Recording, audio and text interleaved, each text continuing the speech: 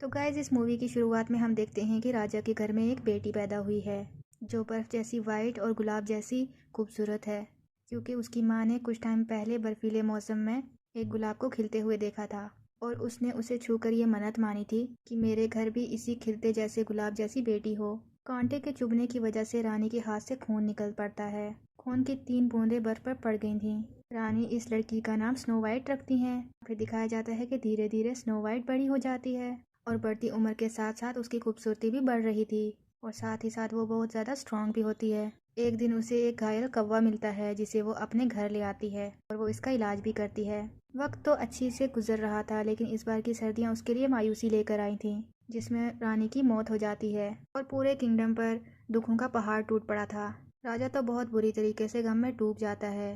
राजा के कमज़ोर होने की वजह से काले जादू की एक फौज उनका फ़ायदा उठाती है और उन पर हमला करने लगती है। यहाँ पर राजा पूरी हिम्मत करके उस जादुई फौज से लड़ता भी है, उसकी फौज को तहस नहस कर देता है कि तभी आखिर में उसकी नज़र एक कैदी पर पड़ती है जो कि बेहद खूबसूरत लड़की होती है जिसका नाम रवेना है। उसकी खूबसूरती देखकर तो राजा अपना सारा गम भूल जाता है और नेक्स्ट डे ही वो उससे शादी कर लेता है और अपनी क्वीन बना लेता है। लेकिन ये शादी राजा की आखिरी गलती साबित होती है, क्योंकि शादी की रात ही रवेना राजा को मार देती है। वो यहाँ कहती है कि मेरी खूबसूरती की वजह से बचपन में ही एक राजा मुझे उठाकर ले गया था, लेकिन मैं अपनी खूबसूरती को इस्तेमाल करके हर एक राजा से बदला लूँगी।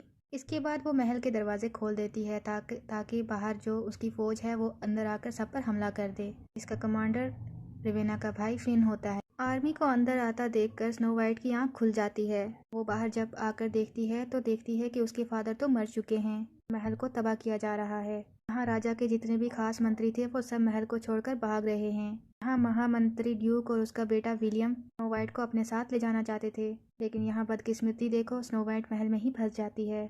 वहीं दूसरी ओर रवेना महल में अपना जादुई शीशा रखवाती है और शीशे से पूछती है कि बताओ सबसे ज़्यादा खूबसूरत कौन है। शीशा कहता है आप हैं मेरी रानी।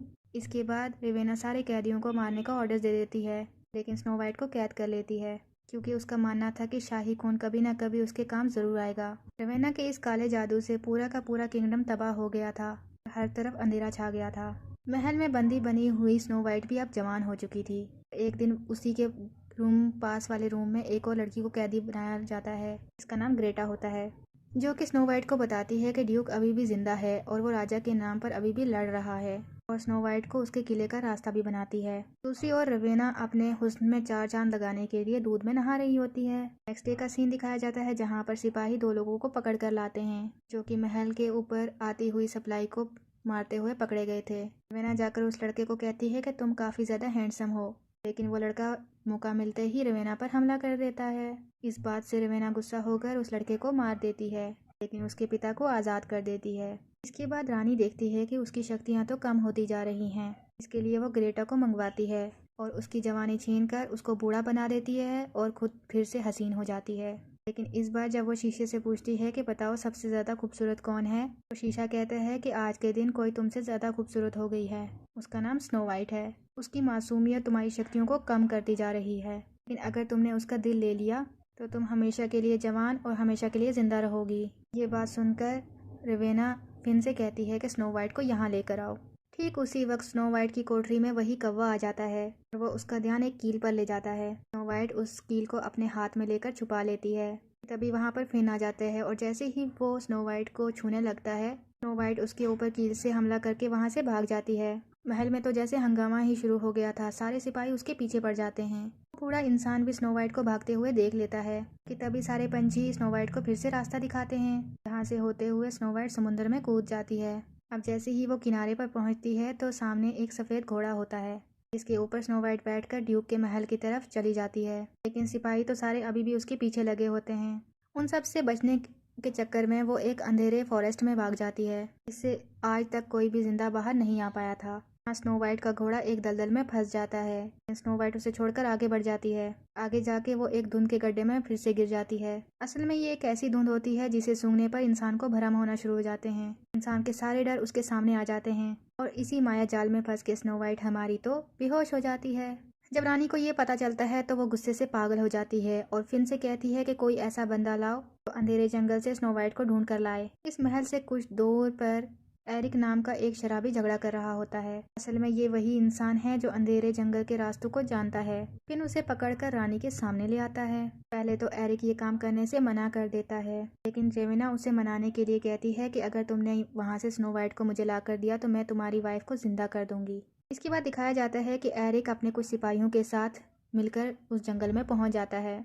अब दिखाया जाता है कि स्नो वाइट को भी होश आ जाता है, लेकिन एरिक उसे पकड़ लेता है। यहाँ स्नो वाइट उसे ऐसा करने से मना करती है और ये भी कहती है कि रानी मेरा दिल निकालना चाहती है, लेकिन एरिक पर तो उसकी बातों का कोई असर नहीं हो रहा था। एरिक फिन से कहता है मैं तुम्हें ये लड़की दे दूंगा, लेकिन पहले तुम्हें अपना वादा को पूरा करना होगा, मुझे मेरी बीवी वापस दे दो। इस पर फिन कहता है कि तुम एक बेवकूफ इंसान हो, मेरी बहन किसी को भी जिंदा नहीं कर सकती। ये सुनकर एरिक तो भौंकला जाता है और उन सबको खत्म कर देता है, जबकि फिन जो है उसी धुंध के गड्ढे में गिर जाता है और उसी मायाजाल में फंस जाता है। इसके बाद स्नो वाइट एरिक को कहती है कि तुम मुझे ड्यूक के किले तक पहुंचा दो, इसके बदले में मैं तुम्हें 100 सिक्के दिलवाऊंगी, और एरिक इस बात पर मान जाता है।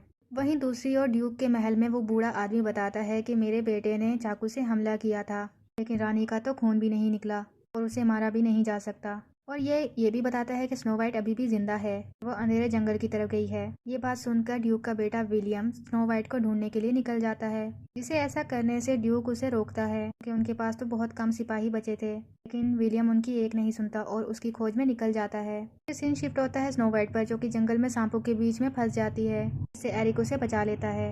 एरिक उसे कहता है कि ये जंगल तुम्हारे डर से तुम्हारे ऊपर हावी हो रहा है। ये दोनों आगे बढ़ने लगते हैं। दूसरी ओर फिन अपने कुछ सिपाहियों के साथ स्नो वाइट की खोज में जब निकलने ही वाला होता है, तभी उसे विलियम रोक लेता है और कहता है कि क्या तुम्हें एक तीरंदाज चाहिए। इस पर फिन उसे मारने को कहता है, लेकिन विलियम तो विलियम है, वो फिन के तीरंदाज को ही मार देता है, जिसकी वजह से फिन उसे अपने दस्ते में शामिल कर लेता है। वहीं जंगल में आगे बढ़ते हुए उन्हें एक टॉर मिल जाता है, जो कि एरिक पर काबू कर लेता है। उसे मारने ही वाला होता है कि तभी स्नो वाइट उसके सामने आ जाती है और वो स्नो वाइट को कुछ नहीं करता और वहां से चला जाता है। यहाँ से आगे जाते हुए उन्हें कुछ औरतें मिलती हैं, जो कि उन दोनों को अपनी कश्ती में बिठाकर अपने कबीले में ले जाती हैं, जहाँ पर हर लड़की के निशान पर कुछ घाव लगे हुए थे और इनके कबीले के सारे मर्द जंग पर गए होते हैं। एरिक की पट्टी करते टाइम एक औरत स्नो वाइट की असलियत उसे बता देती है। एरिक इस बात को सुनकर स्नो वाइट के पास आता है और उससे पूछते है कि तुमने मुझसे ये बात क्यों छुपाई, मगर स्नो वाइट कहती है कि मुझे तुम पर भरोसा नहीं था।